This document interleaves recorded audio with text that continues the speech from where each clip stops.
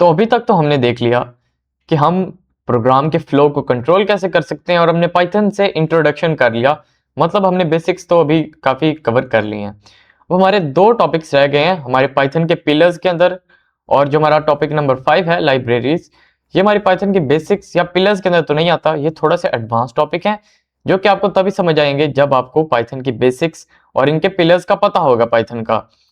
तो ये हमारी बेस है पाइथन की। तो हमारा टॉपिक नंबर 3 है फंक्शंस एंड मॉड्यूल्स। अभी तक हम प्रिंट, इनपुट, लेंथ ऐसे फंक्शंस को देखते आए हैं और इनका यूज भी करते हैं, और हमें ये भी पता है कि रियल लाइफ में भी, रियल वर्ल्ड में भी बहुत ज्यादा यूज होते हैं। लेकिन अब हम ऐसे फंक्शंस खुद कैसे क्रिएट कर सकते हैं अपने प्रोग्राम के लिए, अपने स्पेसिफिक फंक्शंस कैसे क्रिएट कर सकते हैं और उन्हें कस्टमाइज कैसे कर सकते हैं। तो अब हमारा अगला टॉपिक आ गया फंक्शंस।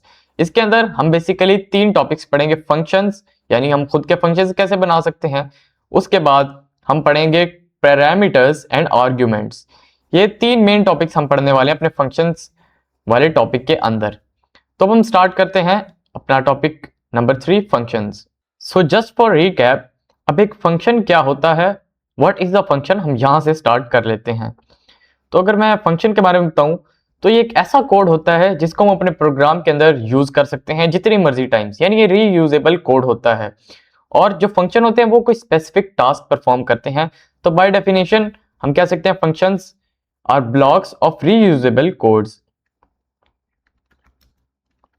तो फंक्शन बस एक रीयूजेबल कोड है दैट परफॉर्म्स, जो कि कोई स्पेसिफिक टास्क परफॉर्म करता है, जिसका कोई स्पेसिफिक काम होता है। हमने फंक्शंस के अभी तक कौन सी टाइप देखी, बिल्ट इन फंक्शंस, जो कि पाइथन ने हमें प्रोवाइड की। हमने यूजर डिफाइंड फंक्शंस को भी नहीं देखा, उनको हम इस टॉपिक के अंदर कवर करने वाले हैं। Reusable code that perform specific task. तो अब हम देख लेते हैं मॉड्यूल्स क्या होते हैं।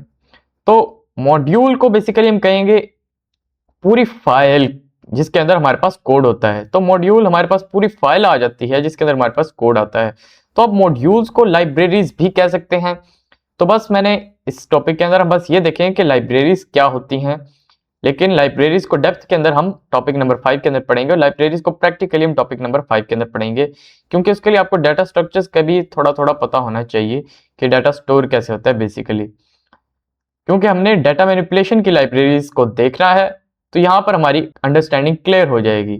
तो हमारे मॉड्यूल्स को हम लाइब्रेरीज के साथ इंटरचेंजेबली यूज कर सकते हैं। हम कह सकते हैं कि जो हमारे मॉड्यूल्स हैं उनको हम लाइब्रेरी कह सकते हैं। बस होते क्या है मॉड्यूल्स, ये एक बेसिकली फाइल होती हैं जिनके अंदर हमारे पास कोड होता है, और ये फाइल पाइथन की होती है। तो ये बस डिफरेंस आ जाता है हमारे पास लाइब्रेरीज और मॉड्यूल्स के अंदर, लेकिन आप इसको इंटरचेंजेबली यूज कर सकते हैं। तो अब हमने देख लिया कि हमारे पास फंक्शंस होते हैं रीयूजेबल कोड जिनका कोई स्पेसिफिक काम होता है। लेकिन अब हम देख लेते हैं कि हम अपना खुद का फंक्शन कैसे बना सकते हैं। उसके लिए आपको 2 चीजों का पता होना चाहिए, जो कि हैं आर्ग्यूमेंट्स और पैरामीटर्स। तो अब ये हमारे पास अगला क्वेश्चन आ जाता है कि आर्ग्यूमेंट्स और पैरामीटर्स बेसिकली होते क्या हैं। तो अब हम देखते हैं सबसे पहले पैरामीटर्स को। तो अब जो पैरामीटर्स होते हैं ये बेसिकली प्लेस होल्डर्स होते हैं, मतलब ये वैल्यू को स्टोर करते हैं, होल्ड करते हैं, और वो जो वैल्यू होगी वो होगी आर्ग्यूमेंट। यानी पैरामीटर्स और आर्ग्यूमेंट्स रिलेटेड हैं। कैसे रिलेटेड है, क्या पैरामीटर्स है आपके पास आपका वेरिएबल आप कह सकते हैं जिसके अंदर आप वैल्यू स्टोर करेंगे, डाटा स्टोर करेंगे, यानी प्लेस होल्डर है। और ये जो चीज स्टोर करते हैं, जो वैल्यू स्टोर करते हैं, वो होगी हमारे पास आर्ग्यूमेंट। तो अगर मैं पैरामीटर्स के लिखूं तो ये प्लेस होल्डर हम कह सकते हैं कि प्लेस होल्डर्स होते हैं जो कि किसकी वैल्यू को होल्ड करते हैं, आर्ग्यूमेंट की वैल्यू को होल्ड करते हैं। तो हमें ये पता है कि पैरामीटर्स और आर्ग्यूमेंट्स बेसिकली होते क्या हैं। अब हम इनको खुद अपने फंक्शन के अंदर कैसे यूज कर सकते हैं, अब हम उनको देख लेते हैं। तो मैं अब अपने VS कोड में आ चुका हूं, और यहां पर हम अपनी नई फाइल क्रिएट कर लेते हैं, और उसको नेम हम रख देंगे पाइथन फाइल। सिलेक्ट कर लेंगे कि ये किस टाइप की फाइल है, पाइथन की फाइल है, ताकि हम कोड कर सकें। और इसको अगर मैं सेव कर लूं पहले ही, तो आप Ctrl+S का यूज करके सेव कर सकते हैं, और अपनी डायरेक्टरी को जहां पर आप अपनी फाइल को स्टोर करना चाहते हैं बेसिकली वहां पर आप सेव कर सकते हैं। तो अब अगर मैं यहाँ पर लिखूं अपनी फाइल का नाम, मैं स्टोर कर सकता हूँ फंक्शंस, या जो भी आप चाहें, फाइल का नाम कुछ भी हो सकता है, जो भी आप चाहें आप रख सकते हैं। तो जैसे सेव करूंगा यहाँ पर आप देख सकते हैं मेरी फाइल का नाम चेंज होकर यहाँ पर आ चुका है। मैं बस अपनी लाइन को थोड़ा जूम इन कर लेता हूँ। तो अब हम खुद का फंक्शन कैसे क्रिएट करते हैं उसको देख लेते हैं। तो फंक्शन क्रिएट करने के लिए आपके पास एक कीवर्ड आ चुका है। कीवर्ड यानी वो स्पेसिफिक वर्ड्स जिनका मतलब रिजर्व रख लिया, यानी जिनका मतलब पाइथन को स्पेसिफिकली पता है। तो हमारे पास जो कीवर्ड है वो है डेफ, डिफाइन। तो हमारे पास क्या कीवर्ड आ जाता है, डिफाइन। डेफ के बाद इससे बेसिकली हम डिफाइन कर रहे होते हैं कि हम अपना फंक्शन बनाने लगे हैं। तो अब जो आपके फंक्शन का नाम है वो आएगा डेफ के बाद। तो अब मैं अपने फंक्शन का नाम लिख देता हूं, जैसे अगर मैं लिख दूं नेम, मैं अपने फंक्शन का नाम लिख दूं, और क्योंकि एक फंक्शन है तो मुझे पैरेंथेसिस का यूज करना पड़ेगा। तो फौरन से पाइथन को पता चल गया कि ये एक फंक्शन है और हमें कॉलन से अपनी लाइन को एंड करना है, क्योंकि मैं इंडेंटेशन ऐड करने लगा हूं और अब मैं वो स्पेसिफाई करने लगा हूं कि जो मैं चाहता हूं मेरा नेम वाला फंक्शन करे। तो मैं चाहता हूं मेरा नेम वाला फंक्शन क्या करे, प्रिंट कर दे माई नेम इज उमर। अब ये क्या करेगा, मेरा खुद का जो फंक्शन है वो प्रिंट कर देगा माई नेम इज उमर। यहां पर मैं आर्ग्यूमेंट्स और पैरामीटर्स इनको यूज नहीं कर रहा, क्योंकि पहले हम अपना बेसिक सा अपना पहला फंक्शन बना के देख लेते हैं जल्दी से। तो अब मैंने फंक्शन के नेम को कॉल करना है, तो इसको हम कॉलिंग द फंक्शन कहते हैं।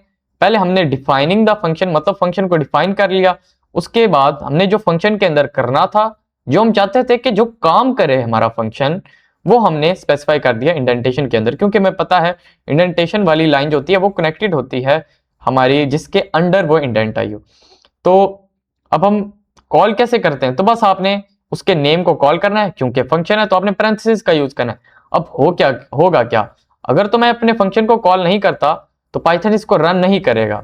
तो पाइथन अब क्या करेगा, अगर मैं यहाँ पर पीछे फॉर एग्जांपल नेम लिख दूं, जो कि मेरे फंक्शन का नाम है, जो कि मैंने यहाँ पर डिफाइन करते हुए लिखा है, तो पाइथन उसको रिकॉग्नाइज नहीं कर रहा, उसने अंडरलाइन कर लिया, क्योंकि यहां तक तो हमने फंक्शन बनाया ही नहीं। तो पाइथन कोड को लाइन बाय लाइन रीड करेगा और आपकी जो सीक्वेंस होनी चाहिए वो स्टेप बाय स्टेप होनी चाहिए। तो जस्ट लाइक एल्गोरिदम्स, एल्गोरिदम्स में हम जो स्टेप्स को, जो हम एल्गोरिदम बना रहे होते हैं, तो हम बनाने के लिए कुछ स्पेसिफिक स्टेप्स को फॉलो करते हैं, और उन स्टेप्स को फॉलो करने के बाद आपका जो टास्क है वो जरूर डन होगा।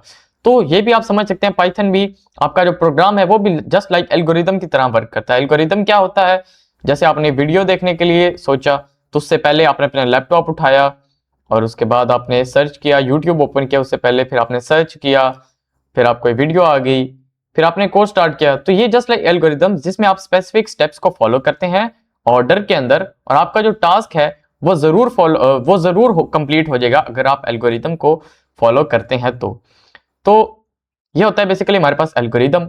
और पाइथन इसको लाइन बाय लाइन क्योंकि रन करेगा, तो स्टेप बाय स्टेप तो हमें फंक्शन क्रिएट करने के बाद ही उसको डिफाइन करना है, उसको कॉल करना है, सॉरी। तो डिफाइन करने के बाद आप फंक्शन को कॉल करेंगे। कॉल कैसे करेंगे, मैं बस यहाँ पे स्पेस एंटर करता हूँ जस्ट फॉर क्लैरिटी, ताकि हमारा कोड ज्यादा मैसी ना हो। नेम और उसके बाद हमारी पैरेंथेसिस। तो जैसे मैंने पैरेंथेसिस डाली, पाइथन को फौरन पता चल गया कि एक फंक्शन है। तो अब हम इसको रन करके देख लेते हैं कि हमारा पाइथन क्या करता है। तो मैंने प्ले यानी अपनी फाइल को रन करने वाला बटन प्रेस किया और उसने मुझे प्रिंट कर दिया माय नेम इज उमर। अब आप सोचेंगे कि जो मैंने 3 लाइन ऑफ कोड बनाया है, ये तो पाइथन ऐसे भी कर सकता था प्रिंट, तो आप एक लाइन का यूज करके भी यही कोड लिख सकते थे। लेकिन जो प्रॉब्लम आ जाती वो ये आ जाती कि जब आप खुद का फंक्शन बनाना चाहते हैं, यानी कोई स्पेसिफिक टास्क परफॉर्म करवाना चाहते हैं जो कि पाइथन ने आपको बिल्ट इन फंक्शन नहीं दिया, तो आप कोई ऐसा फंक्शन बनाना चाहते हैं जो पाइथन ने तो आपको नहीं दिया, लेकिन आप बिल्ट इन फंक्शंस को यूज करके अपना फंक्शन बनाना चाहते हैं, और वो पाइथन में क्योंकि है नहीं, बिल्ट इन आपके पास आया नहीं, तो आप अपना खुद का फंक्शन बना सकते हैं। और जो सेकंड एडवांटेज है वो ये है कि आप अपने फंक्शन को अपने कोड के अंदर कहीं भी यूज कर सकते हैं, या आप इस फाइल को मॉड्यूल बना के अपने किसी और फाइल के अंदर भी इंपोर्ट कर सकते हैं, यानी वहां पे भी अपने इस कोड को ले जा सकते हैं, तो एक मॉड्यूल भी बन सकता है। तो मॉड्यूल बस पूरी फाइल होती है कोड की, और हमारा जो फंक्शन होता है बेसिकली वो कोई स्पेसिफिक काम करता है। तो ये तो प्रिंट कर रहा है माय नेम इज उमर, और ये मैंने बेसिक सा फंक्शन बनाया क्योंकि आपका पहला फंक्शन था। अब हम आर्ग्यूमेंट्स और पैरामीटर्स को देख लेते हैं। तो अब अगर मैंने खुद का ऐसा फंक्शन बनाना हो जो कि यूजर से उसका नेम इनपुट में मांगे और फिर उसको वेलकम करे बस, तो ऐसा फंक्शन हमने पहले भी ऐसा प्रोग्राम सॉरी हमने पहले भी बनाया है, लेकिन अब हम खुद का ऐसा फंक्शन बना रहे हैं जो कि ये स्पेसिफिक काम करेगा, जो कि इस स्पेसिफिक टास्क के लिए बना होगा। तो इसका स्पेसिफिक क्या काम होगा, यूजर से इनपुट मांगना और उसको नेम प्रिंट करता है। अब ये पूरा प्रॉपर फंक्शन बनने वाला है, तो उसके लिए हमें आर्ग्यूमेंट्स और पैरामीटर्स की जरूरत पड़ेगी। अगर मैं दोबारा बता दूं पैरामीटर्स और आर्ग्यूमेंट्स क्या होते हैं, तो पैरामीटर्स बेसिकली आपकी वैल्यू को होल्ड करते हैं, प्लेस होल्डर्स होते हैं और आर्ग्यूमेंट्स आपकी वैल्यूज होती है। अब अपने पैरामीटर्स को यहाँ पर पास करेंगे जब आप फंक्शन को डिफाइन कर रहे हैं इन पैरेंथेसिस के अंदर, और आप अपने आर्ग्यूमेंट्स को वैल्यू को जब आप फंक्शन को कॉल करेंगे तब पास करेंगे। तो ये एक हमारे पास एक वे है अपने इसको रन करने का। तो उसके लिए मैं क्या कर सकता हूं, अब मैं यूजर से इनपुट मांग लेता हूं उसका नेम। तो उसको प्रिंट कराने से पहले, क्योंकि मुझे उसका नेम मांगना पड़ेगा, क्योंकि उसके नेम को ही तो मैंने प्रिंट करवाना है, और अगर मैं नेम पहले नहीं मांगूंगा तो मैं नेम कैसे प्रिंट करवाऊंगा। तो मैं नेम इनपुट मांग लेता हूं इक्वल्स टू, अब यहां पर मैंने इक्वल्स टू यानी कि इसको मैं असाइनमेंट कर रहा हूं, मैंने एक वेरिएबल क्रिएट कर दिया। इनपुट स्पेसिफाई नहीं करूंगा डाटा टाइप को, क्योंकि डिफॉल्ट के अंदर स्ट्रिंग आ जाएगी और हम स्ट्रिंग ही तो चाहते हैं, टेक्स्ट ही तो हम चाहते हैं। Enter your name. तो अभी तक तो सब ठीक है, मैंने यहाँ पर नेम स्पेसिफाई कर दिया, अपना फंक्शन क्रिएट कर लिया यहां तक, लेकिन अब मुझे आर्ग्यूमेंट्स भी तो पास करना पड़ेगा। ये नेम कॉन्फ्लिक्ट कर रहे हैं क्योंकि हमारे फंक्शन का भी तो नेम नाम है। तो मैं यहाँ पर यूजर नेम लिख देता हूं अपने वेरिएबल का। तो हमारा खुद का फंक्शन कैसे बनेगा जो कि कोई स्पेसिफिक काम करेगा। क्या स्पेसिफिक काम? जो कि यूजर का नेम मांग के उसको प्रिंट कराएगा, उसको वेलकम कराएगा। तो यहाँ पर पहले मैं अपना थोड़ा सा टेक्स्ट चेंज कर लेता हूं, और अब हम बेसिकली पैरामीटर्स और आर्ग्यूमेंट्स पास करने लगे हैं, अपने प्रोग्राम को देने लगे हैं पैरामीटर्स और आर्ग्यूमेंट्स। तो पैरामीटर्स हम यहां पर पास करते हैं। तो फॉर एग्जांपल यूजर का नेम आ जाता है हमारे पास अली, तो अली इस वेरिएबल के अंदर आके स्टोर हो जाएगा। तो इस वेरिएबल का नाम मैं रख देता हूं एन, बस मैंने अपने वेरिएबल का नाम रख दिया। और यहां पर क्योंकि मैं वेरिएबल के नेम को कॉल करना जा रहा हूं तो मैं एफ स्ट्रिंग का यूज कर लेता हूं ताकि मैं प्यारे से फॉर्मेट में लिख सकूं, और मैं कर्ली ब्रेसेस का यूज कर लेता हूं ताकि मैं अपने वेरिएबल को पास कर सकूं। अब कौन सा वेरिएबल? इस एन, क्योंकि इसकी वैल्यू को हम पास करना चाहते हैं, उसको हम प्रिंट कराने चाहते हैं अपने एन के बाद। तो ये बेसिकली उसने फौरन से रिकॉग्नाइज कर लिया उस पैरामीटर को, क्योंकि आप देख सकते हैं जब मैंने पहले नहीं पास किया था तो ये भी यहाँ पर थोड़ा सा फेड है। तो जैसे मैंने एन पास किया वो थोड़ा सा ब्राइट हो गया, उसको पता चल गया, उसने उसको बेसिकली रिकॉग्नाइज कर लिया। तो अब मैंने क्या करना है, अब हमारे पास पैरामीटर ऐड हो चुका है। मैं दोबारा एक्सप्लेन करूंगा यहाँ पर क्या हो रहा है, क्योंकि यहाँ पर मैंने कुछ कपल ऑफ चेंजेस किए हैं। अब आप सोचेंगे मैंने यहाँ पर एन ही क्यों पास किया, यूजर नेम क्यों नहीं पास किया, उसको भी हम देखते हैं। लेकिन अब हम आर्ग्यूमेंट पास कर लेते हैं। तो आर्ग्यूमेंट वो वैल्यू होगी। अब वो वैल्यू क्या है? वो वैल्यू हमारा यूजर नेम है, वो डाटा है हमारा यूजर नेम जिसको हम वेलकम कराना चाहते हैं। और वो किस वेरिएबल में आके स्टोर होगी? एन। तो हमारा एन रहा पैरामीटर और हमारे आर्ग्यूमेंट हो गए हमारी वैल्यू। उस वैल्यू को हमने प्रिंट कराना है, वेलकम कराना है, और वो वैल्यू जहां स्टोर है उसको हमने बेसिकली एक्सेस कर लिया अपने वेलकम के बाद। तो यहां पर बेसिकली बस मैंने नेम के अंदर पास कर देना है अपना आर्ग्यूमेंट, जिसके अंदर बेसिकली हमारी होगी वैल्यू। तो वो है हमारा यूजर नेम। तो यहां पर क्योंकि इसको यूजर नेम को रिकॉग्नाइज नहीं करेगा, अब ये एक और कॉन्सेप्ट है। क्यों? क्योंकि ये इंडेंटेड लाइन है, और इसके साथ ही जो इंडेंटेड लाइन होगी ये उसे वहीं रिकॉग्नाइज करेगा। तो उसके लिए अब मैं क्या कर सकता हूं, हमारी ये पिछली अप्रोच थी। पिछली अप्रोच कैसे थी कि हमने पहले ऐसे फंक्शन बनाए थे, बस ऐसे, बस सिंपल से, इंडेंटेशन जिनके अंदर नहीं थी, बस ये हमने फंक्शन नहीं सॉरी बनाए थे, ये हमने प्रोग्राम बनाए थे बेसिकली। यहां पर हमने यूजर नेम बेसिकली पास कर। तो यहां तक क्या हो रहा है, अगर मैं इन दो लाइनों का एक्सप्लेन करूं अपने खुद के फंक्शन से पहले, तो यहाँ पर मैंने एक वेरिएबल क्रिएट कर लिया जिसके अंदर मैंने इनपुट को स्टोर कर लिया, और फिर मैंने उसको वेलकम करा लिया उसके नेम को, किसको एक्सेस करने के बाद? वेरिएबल को।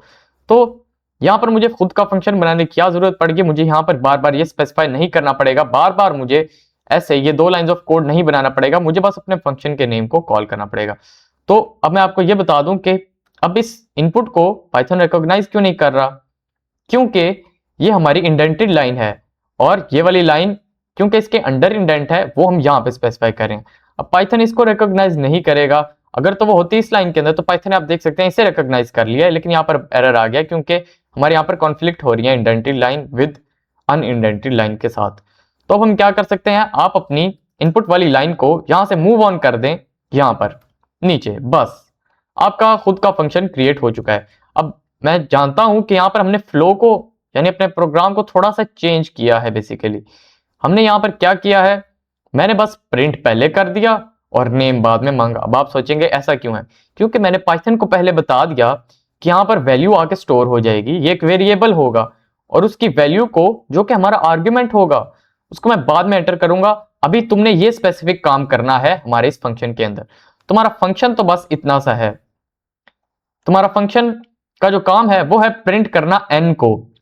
n हमारा पैरामीटर है, यानी एक वेरिएबल है आप कह लें। अब इस वेरिएबल की वैल्यू क्या है, यूजर नेम, और हमें पता है कि जो वेरिएबल की वैल्यू होगी वो होगी आर्गुमेंट। तो आर्गुमेंट को हम पास करेंगे जब हम अपने फंक्शन को कॉल कर रहे होंगे, ताकि हम अपने फंक्शन को रन कर सकें बेसिकली। तो बस अब आपने जब भी अपने फंक्शन को रन करना है तो आपने बस अपने फंक्शन को कॉल करना है और आप कहीं भी इस फंक्शन को यूज कर सकते हैं। अभी तो बस ये 2 या 3 लाइंस ऑफ कोड है, यानी छोटा प्रोग्राम है, लेकिन आप सोचें कि आपका hundreds of line of code आ जाता है और आप चाहते हैं कि आप उसको एक फंक्शन के अंदर बस समराइज कर दें। मतलब समराइज कैसे, कि आप जब भी चाहें उस फंक्शन को दोबारा यूज करना अपने कोड के अंदर, अपने प्रोग्राम के अंदर कहीं भी, तो बस आप उसको एक बार कॉल कर लें। आपको बार बार उसको कॉपी पेस्ट करने की जरूरत ना पड़े, या आपको बार बार बस लूप उनके ऊपर लगाने की जरूरत ना पड़े। तो इसके लिए भी हम अपना खुद का फंक्शन बना सकते हैं। बस आप अपने वेरिएबल के आप अपने फंक्शन के नेम को बस आप कॉल कर लें और आपका फंक्शन आएगा और रन हो जाएगा। तो अब हम इसको रन करके देखते हैं, उसके बाद हम दोबारा समझेंगे कि यहाँ पर हो क्या रहा है। क्योंकि ये कॉन्सेप्ट्स क्लियर अभी होंगे तो अच्छी बात है, वरना आपको आगे चलकर प्रॉब्लम्स आएंगी। तो यहाँ पर मेरे से नेम मांगा जा रहा है, एंटर योर नेम। उमर एंटर कर दूं तो क्या होता है, वेलकम उमर। तो आप देख सकते हैं हमारा खुद का पहला फंक्शन क्रिएट हो चुका है और इसके अंदर हमने सबसे पहले अपने फंक्शन को डिफाइन किया, उसके बाद उसका नेम रख दिया। मैंने यहाँ पर फंक्शन का नाम नेम रखा। यहाँ पर अगर हम इस फंक्शन के नाम को चेंज कर दें, कैपिटल NAME की चेंज कर दें, तो क्योंकि मैंने यहाँ पर फंक्शन को बनाते हुए नेम को चेंज किया, इसलिए जहां पर मैं अपने फंक्शन को कॉल कर रहा हूँ, बुला रहा हूँ, उसको यूज करना चाह रहा हूँ, वहां पर मुझे अपने n को कैपिटल करना पड़ेगा, क्योंकि यहाँ पर भी मैंने चेंजेस कुछ किए थे, वरना उस फंक्शन के नेम को पाइथन समझेगा ही नहीं, उसको पहचानेगा ही नहीं। अब इस नेम फंक्शन के अंदर करना क्या है, मैंने पैरामीटर पास कर दिया n। तो n एक पैरामीटर है जो कि एक वैल्यू को स्टोर करेगा टेम्परेरीली, एक वेरिएबल बन जाएगा बस। और क्या वैल्यू को स्टोर करेगा, इस n की वैल्यू को। उस n की वैल्यू क्या होगी, वो वैल्यू जो कि यूजर नेम में एंटर करेगा।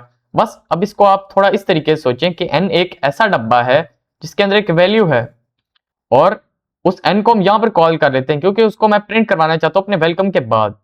तो क्योंकि हमने देखा अगर मैं यहां पर स्पेसिफाई करूंगा यूजर नेम, तो पाइथन उसको तो रिकॉग्नाइज नहीं करेगा क्योंकि इंडेंटेड लाइन के अंदर आ जाता है, वो सेम इंडेंटेशन के नहीं है अंदर, तो पाइथन उस वेरिएबल को रिकॉग्नाइज नहीं करेगा।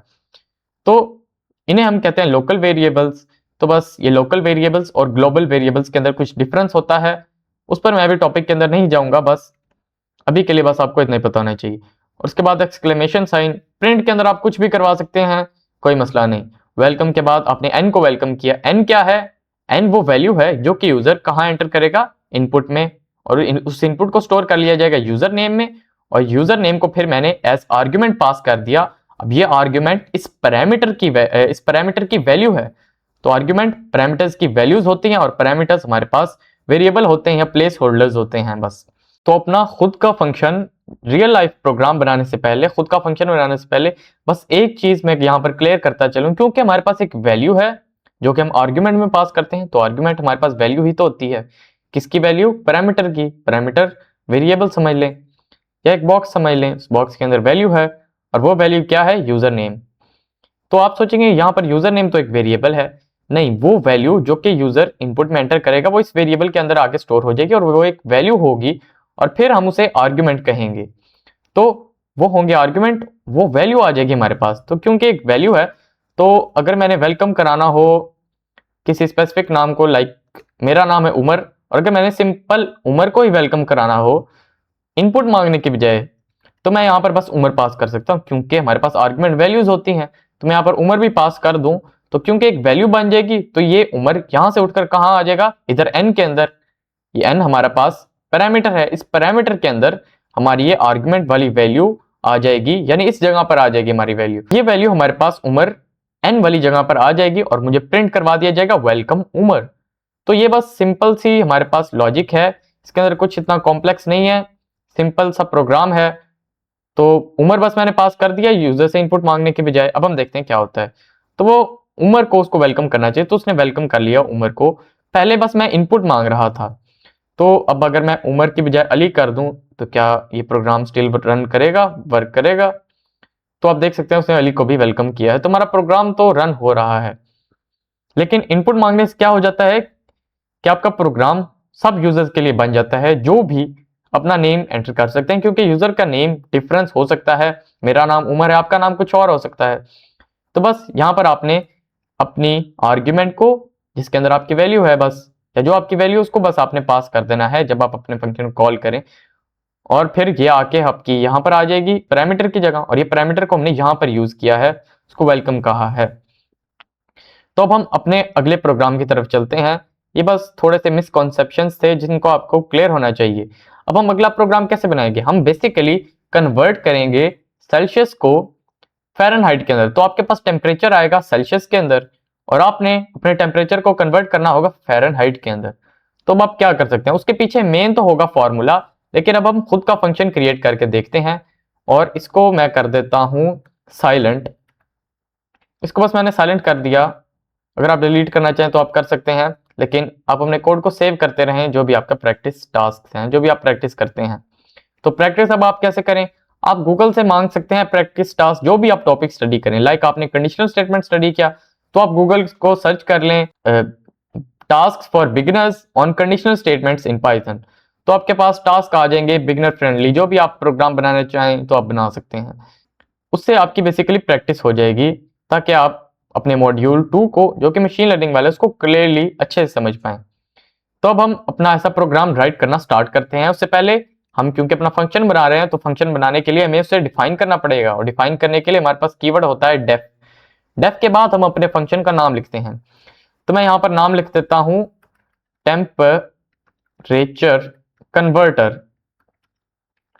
तो आप अपने फंक्शंस का नाम स्पेसिफिक रखें अपने जो फंक्शन का काम है उसके। तो उसके बाद मैंने बस पैरेंथेसिस का यूज कर लिया ताकि हमारे पास ये एक फंक्शन बन जाए। और अब हम पैरामीटर ऐड करने से पहले हम बस बेसिकली स्पेसिफाई कर लेते हैं कि हम करना क्या चाहते हैं। पैरामीटर्स को हम बेसिकली बाद में ऐड करने की ट्राई करते हैं, क्योंकि हम बस बेसिक पहले लॉजिक बना लेते हैं, वैल्यूज और वेरिएबल्स हम बाद में क्रिएट कर सकते हैं। तो अब हम अपनी इंडेंटेड लाइन के अंदर चलते हैं जिसके अंदर हम ये स्पेसिफाई करेंगे कि हमारा ये फंक्शन बेसिकली करेगा क्या। तो हम फ़ारेनहाइट के अंदर कन्वर्ट करेंगे, लेकिन उसके लिए हमारे पास बेसिक एक मैथ का फॉर्मूला होता है। तो मैंने एफ एक वेरिएबल क्रिएट कर लिया, इसका नेम हम बाद में स्पेसिफिक करेंगे, लेकिन अभी हम देख लेते हैं कि हमारे पास फॉर्मूला क्या है। अब फॉर्मूला है सेल्सियस इनटू, तो ये बस एक फॉर्मूला है, आपने सेल्सियस को मल्टीप्लाई कराना है 9 डिवाइड बाय 5 के साथ, और उसके बाद आपने इनके अंदर ऐड कर देना है प्लस 32। तो आपने 32 को बस बेसिकली ऐड करना है किसके बाद, 9 डिवाइड बाय 5, इसको मल्टीप्लाई कराने के बाद आपके सेल्सियस के साथ। आप पहले 9 डिवाइड बाय 5 को कैलकुलेट करके यहाँ पर लिख सकते हैं, कि मैंने बस 9 डिवाइड बाय 5 को ऐड कर दिया है, और उसको फिर हम मल्टीप्लाई करा रहे हैं हमारे सेल्सियस के साथ, और फिर उसके अंदर हम 32 ऐड कर रहे हैं। अब ये जो हमारा सेल्सियस है ये होगा हमारा पैरामीटर, यानी इसको हम यहाँ पर राइट करेंगे। तो मैं यहाँ पर बेसिकली सेल्सियस पास कर देता हूँ, क्योंकि बेसिकली हमारा पैरामीटर है और इस पैरामीटर की कोई वैल्यू होगी, उसकी वैल्यू को हम बाद में ऐड करते हैं। लेकिन अब हम देख लेते हैं अब हम आगे क्या करेंगे। तो आपकी जो कन्वर्जन है फ़ारेनहाइट से सेल्सियस में, वो तो बस इस वाली लाइन के अंदर ही हो जाएगी। अब हमने उसको डिस्प्ले कराना है, प्रिंट करवाना है, तो हम प्रिंट फंक्शन का यूज कर लेते हैं। नाउ आप प्रिंट की बजाय रिटर्न का भी यूज कर सकते हैं। रिटर्न ये भी हमारे पास एक बेसिकली स्पेसिफिक काम परफॉर्म करेगा। कीवर्ड है, इसका spelling RETURN, specific, in spelling को फॉलो करेंगे तभी पाइथन इस स्पेसिफिक वर्ड को समझ पाएगा, क्योंकि एक कीवर्ड है। तो अब रिटर्न के अंदर हमने किसको रिटर्न करना है, हमने f को रिटर्न करना है। तो ये क्या करेगा, हमारी f की वैल्यू होगी कैलकुलेट, और उसको यहां पर हम इस लाइन के अंदर बस रिटर्न करें। आप इसका भी यूज कर सकते हैं, या आप इसकी बजाय प्रिंट फंक्शन का यूज कर लें, बेसिकली स्ट्रिंग का यूज कर लें, और यहां पर लिख दें यूजर को Celsius to Fahrenheit, HEIT, I think this is the spelling of Fahrenheit. तो सेल्सियस टू फ़ारेनहाइट हमारी कन्वर्जन हो रही है। तो यहाँ पर बस मैंने कॉलन लिख दिया और अपने f को कैपिटल कर देते हैं बस, ताकि यूजर को थोड़ा सा कोड हमारा ये जो प्रिंट होगा यूजर को, ताकि थोड़ा सा उसको अच्छा लगे। तो आप कुछ भी कर सकते हैं, और यहाँ पे स्पेस ऐड कर दी ताकि हमारे पास स्पेस आ जाए हमारे इस वैल्यू के और हमारे कॉलन के दरमियान में। यहाँ पर हम f को पास कर देते हैं। तो f की जगह हम फ़ारेनहाइट भी पास कर सकते हैं, क्योंकि हम फ़ारेनहाइट की बेसिकली कन्वर्जन करवा रहे हैं। तो फ़ारेनहाइट यहाँ पर मैं वेरिएबल क्रिएट कर लेता हूँ, बस मैंने नाम चेंज कर रहा हूँ, बेसिकली क्रिएट तो पहले का ही हुआ है, तो यहाँ पर भी हमें चेंज करना पड़ेगा। तो आप ऑटो कंप्लीट करने के लिए टैब का यूज कर सकते हैं, या जो आपके टॉप वाला बटन होगा, टॉप वाला सॉरी टॉप वाला जो पाइथन को लग रहा होगा ये मैचेस कर सकती हैं आपके कोड के हिसाब से, आप उसको बस एंटर कर दें या टैब दबा दें ऑटो कंप्लीट करने के लिए, उससे आपका कोड ऑटोमेटिकली कंप्लीट हो जाएगा और इससे आप अपने प्रोग्राम को तेजी से लिख सकते हैं। तो मैं प्रिंट करा रहा हूं अपने सेल्सियस की वैल्यू को। अब हमारा फंक्शन हो चुका है क्रिएट, हमारी कैलकुलेशन भी हो रही है। यहाँ पर कैलकुलेशन को मैं दोबारा बता दूं क्योंकि यहाँ पर मैथमेटिकल ऑपरेशंस परफॉर्म हो रहे हैं, हम अरिथमेटिक ऑपरेटर्स का यूज कर रहे हैं। तो हम अभी तक तो हमने पहले अरिथमेटिक ऑपरेटर्स को प्रैक्टिकली यूज नहीं किया था, तो क्योंकि ये सिंपल है इसलिए मैं इनके अंदर नहीं गया, कुछ ज्यादा ही सिंपल है, बस आपने ऑपरेटर का यूज करना होता है और जस्ट लाइक हम मैथमेटिक्स के अंदर करते थे, आपने बस वैल्यूज को ऐड कर लेना है, सब्ट्रैक्ट कर लेना है, डिवाइड या मल्टीप्लाई जो भी आप चाहते हैं करने के लिए। तो डिवाइड का हमारे पास ये फॉरवर्ड स्लैश या फ्रंट स्लैश जिसे हम कहते हैं ये वाला सिंबल होता है, और मल्टीप्लीकेशन के लिए स्टार वाला। अब मल्टीप्लीकेशन किसकी होगी? सेल्सियस की, जो पैरामीटर में आ जाएगी। अब उस वैल्यू को आर्गुमेंट को यानी हमें पास करना है, क्योंकि अभी तो बस हमने पैरामीटर पास किया है, यानी एक वेरिएबल बेसिकली यहाँ पर आ चुका है। तो एक प्लेस होल्डर है यहाँ पर, इसने प्लेस होल्ड कर ली, किसकी प्लेस होल्ड कर ली? उस वैल्यू की जो कि हम आर्गुमेंट में पास करें। तो सेल्सियस इंटू 9 डिवाइड बाई 5, तो आपने सेल्सियस को मल्टीप्लाई कराना है किसके साथ? 9 को डिवाइड करने के बाद 5 से, और फिर आपने इस रिजल्ट को एक बार कर लिया कैलकुलेट, इसके अंदर बस आपने 32 को ऐड कर लेना है। तो इसको मैन्युअली भी कैलकुलेट करके देखेंगे, लेकिन अब हम पहले अपने पाइथन से करवा के देख लेते हैं। तो मैं अपने फंक्शन को कॉल करूंगा, क्योंकि फंक्शन में पैरेंथेसिस आ गई, बस आपने भूलना नहीं कि फंक्शन को जब भी आपने कॉल करना है अपने पैरेंथेसिस का यूज करना है। मैं यहाँ पर अंडर कॉलन का क्यों नहीं यूज कर रहा? क्योंकि मैंने यहाँ पर कुछ स्पेसिफाई तो करना ही नहीं है, मैंने इंडेंटेड लाइन के अंदर तो कुछ लिखना ही नहीं है। तो वो हम काम करते हैं जब अपने इंडेंटेड लाइंस के अंदर जाना होता है। तो फॉर एग्जाम्पल आपके पास 30 सेल्सियस आपका टेम्परेचर है, क्योंकि इंटीजर है तो मुझे डबल कोट से सराउंड या सिंगल कोट से सराउंड करने की जरूरत नहीं है। तो अगर हम स्ट्रिंग के साथ वर्क कर रहे होते और यहाँ पर बेसिकली मेरा नेम होता, तो मैं यहाँ पर, क्योंकि मेरा नेम स्ट्रिंग है, टेक्स्ट है, तो मुझे उम्र अपने कोट्स के अंदर लिखना पड़ता। तो अब मुझे 30 हमारा सेल्सियस है उसको आपने कन्वर्ट करना है फ़ारेनहाइट के अंदर, और फिर उसको आपने बस यहाँ पर प्रिंट कर देना है फ़ारेनहाइट के अंदर। तो ये 30 यहाँ पर वैल्यू आ जाएगी, और 30 इंटू 9 डिवाइड बाई 5 होगा पहले, और फिर उसके अंदर प्लस कर दिया जाएगा 32 को। तो उसको भी हम देख लेते हैं, लेकिन पहले हम अपने पाइथन से कैलकुलेट करवा के देख लेते हैं कि पाइथन 30 सेल्सियस को कैसे कन्वर्ट करता है हमारे फ़ारेनहाइट्स के अंदर। अब मैं रन वाले बटन पर क्लिक करता हूं और हमारी फाइल होने लगेगी रन। तो 86 हमारे पास फ़ारेनहाइट आ चुके हैं, किसके? आपके 30 टेम्परेचर के। तो हमारा सिंपल सा टेम्परेचर कन्वर्टर था। अब आपका टास्क इस प्रोग्राम के लिए ये है, इस टॉपिक के लिए ये है कि आप एक ऐसा प्रोग्राम बनाए जो कि सेल्सियस को नहीं फ़ारेनहाइट्स को सेल्सियस के अंदर कन्वर्ट करे। तो वो फ़ारेनहाइट्स मांगे, लाइक अभी तो 30 को जब हमने कन्वर्ट कराया फ़ारेनहाइट्स के अंदर तो हमारे पास 86 आ गए, लेकिन अगर आपके पास फ़ारेनहाइट है 86 और आपने उसको सेल्सियस के अंदर कन्वर्ट कराना है, तो आप क्या कर सकते हैं? बस आपका ये टास्क है, आपने बस इसको रन करना है, बस आप ऐसा प्रोग्राम बनाएं। तो अब अगर मैं यूजर से वैल्यू मांग लूं तो उसके लिए मुझे क्या करना पड़ेगा? तो उसके लिए बस मुझे यहाँ पर आर्गुमेंट को एक बार डिलीट कर दूं, क्योंकि मैं उस आर्गुमेंट को स्टोर करूंगा अपने वेरिएबल के अंदर, और उस वेरिएबल को फिर हम एज आर्गुमेंट पास करेंगे अपने इस फंक्शन के अंदर।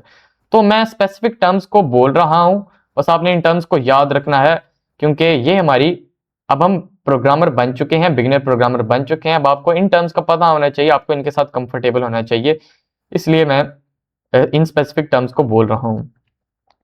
तो अब मैं जाता हूँ और यहाँ पर बस मैं अपना वेरिएबल क्रिएट कर लेता हूँ जिसके अंदर हमारे पास टेम्परेचर आ जाएगा। तो मैं यहाँ पर TEMP के नाम से वेरिएबल क्रिएट कर लेता हूँ, इंटीजर, क्योंकि हमें इंटीजर चाहिए। हमें इंटीजर क्या चाहिए? हमें इनपुट चाहिए यूजर से, और इनपुट हमें यूजर को कैसे पता चलेगा कि उसने क्या इनपुट में एंटर करना है? उसने एंटर करना है सेल्सियस, एंटर सेल्सियस, सेल्सियस के अंदर टेम्परेचर एंटर करें टू कन्वर्ट इट इनटू फ़ारेनहाइट्स, ताकि उसको हम फ़ारेनहाइट्स के अंदर कन्वर्ट कर सकें। आप सेल्सियस के अंदर हमें टेम्परेचर दे दें, प्रोवाइड कर दें हमें सेल्सियस के अंदर टेम्परेचर, और ये टेम्परेचर को हम कहाँ पास करेंगे? आर्ग्यूमेंट के अंदर। तो आर्ग्यूमेंट को हम जब अपने फंक्शन को कॉल करते हैं तब पास करते हैं। तो यहाँ पर मैं फंक्शन को कॉल कर रहा हूँ, यहाँ पर हमने क्रिएट किया, और जो फंक्शन के अंदर होना है उसको मैंने यहाँ पर स्पेसिफाई कर दिया, और हमारी वैल्यू को मैंने यहाँ पर पास कर दिया। तो सिंपल है, और ये वैल्यू उस प्लेस होल्डर के अंदर, इस प्लेस होल्डर ने हमारी उस वैल्यू की जगह को होल्ड कर लिया। तो जस्ट लाइक दैट आप किसी पार्टी के अंदर जाते हैं और आपके दोस्त ने आपके लिए जगह चेयर बचाई रखी होती है, उसने उस चेयर को होल्ड किया होता है कि भाई यहाँ पर मेरे दोस्त ने आके बैठना है, तो आपका दोस्त जो है वो है पैरामीटर तक, क्योंकि उसने होल्ड किया आपके लिए, चेयर को होल्ड किया ताकि आप आके उस पर बैठ सकें, उसने किसी और को नहीं वो चेयर लेने दी। तो वहां पर फिर आप आए, आप थे आर्ग्यूमेंट, आप वैल्यू थे, आप उस चेयर पर आके बैठ गए। तो जस्ट लाइक दैट आर्ग्यूमेंट हमारे यहाँ पर आके बैठेगा। वो कौन सा आर्ग्यूमेंट? जिसको हम यहाँ पर पास करेंगे। तो वो आर्ग्यूमेंट अब कहां से आएगा? वो आर्ग्यूमेंट यूजर एंटर करेगा, वो वैल्यू यूजर एंटर करेगा और उसको हम आर्ग्यूमेंट की तरह पास कर देंगे बस, जब हम अपने फंक्शन को कॉल करेंगे। और अब मैं इसको एंटर करके अगर मैं 30 को दोबारा पास करूं, क्योंकि यूजर 32 भी एंटर कर सकता है, किसी भी सेल्सियस को एंटर कर सकता है, तो अभी भी अगेन 86 आ रहा है। लेकिन अगर फॉर एग्जांपल मैं अगर दोबारा अपनी फाइल को रन करूं और टेम्परेचर 32 थे, तो अब देखते हैं क्या होता है। तो अब 89.6 ये फ़ारेनहाइट था हमारा इस स्पेसिफिक सेल्सियस के लिए।